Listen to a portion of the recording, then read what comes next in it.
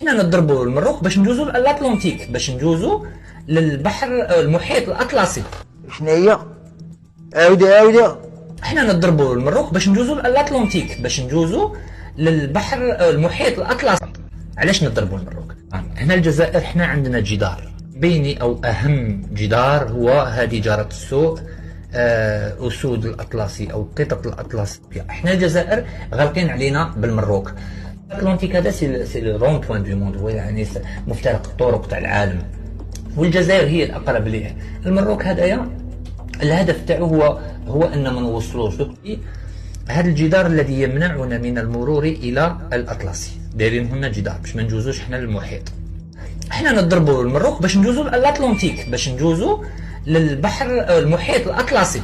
صح. منين ندوزوا للمحيط الاطلسي؟ منين ندوزوا؟ عبر مضيق طارق.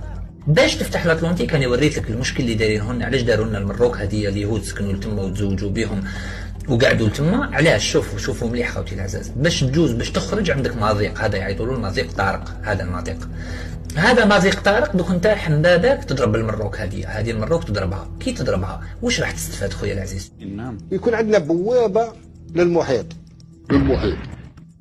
الجزائر يكون عندها بوابه للمحيط مع الصحراء الغربيه. المحيط الاطلسي. محيط.